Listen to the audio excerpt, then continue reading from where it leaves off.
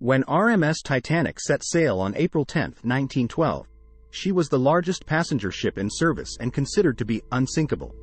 Just 4 days later, Titanic's maiden voyage was transformed into an international tragedy when the ship struck an iceberg in the North Atlantic at 11:40 p.m. April 14. She sank in less than 3 hours. The ship did not have enough lifeboats for the approximately 2,220 people on board. More than 1,500 people lost their lives in the accident, and Titanic became the most famous shipwreck in history. There were just over 700 survivors. The luxury ocean liner was carrying members of some of the most powerful and affluent American families.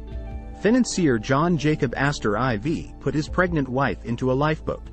He drowned in the early morning hours of April 15, according to biography.com. Isidore Straus, county owner of Macy's, and his wife Ida perished, inspiring the film Titanic. Businessman Benjamin Guggenheim also died in the shipwreck. Of the 329 first-class passengers aboard, 199 survived. Of some 995 second- and third-class passengers, 293 survived. And among the 899 crew members, there were 214 survivors. Investigations at the time cited a number of factors contributing to the tragedy. Captain Edward Smith was said to be going too fast in dangerous waters. Initial ship inspections had been done too quickly. There was insufficient room in the lifeboats, and a nearby ship failed to help. Titanic, which cost an estimated $7.5 million to build, was just over 882 feet long and weighed 46,328 tons. Its top speed was 23 knots. Finding the wreckage.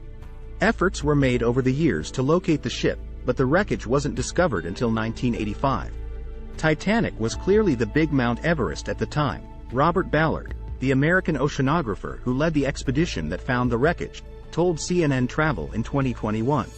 So many others had tried. Ballard wasn't successful on his first try in 1977.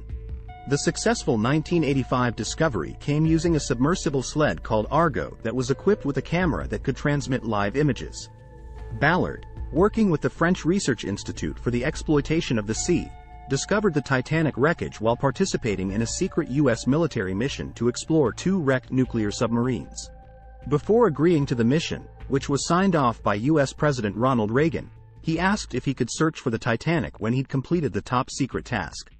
While he was never explicitly given permission to look for the infamous wreck, Ballard says he was told he could pretty much do what he wanted once he'd found the nuclear submarines.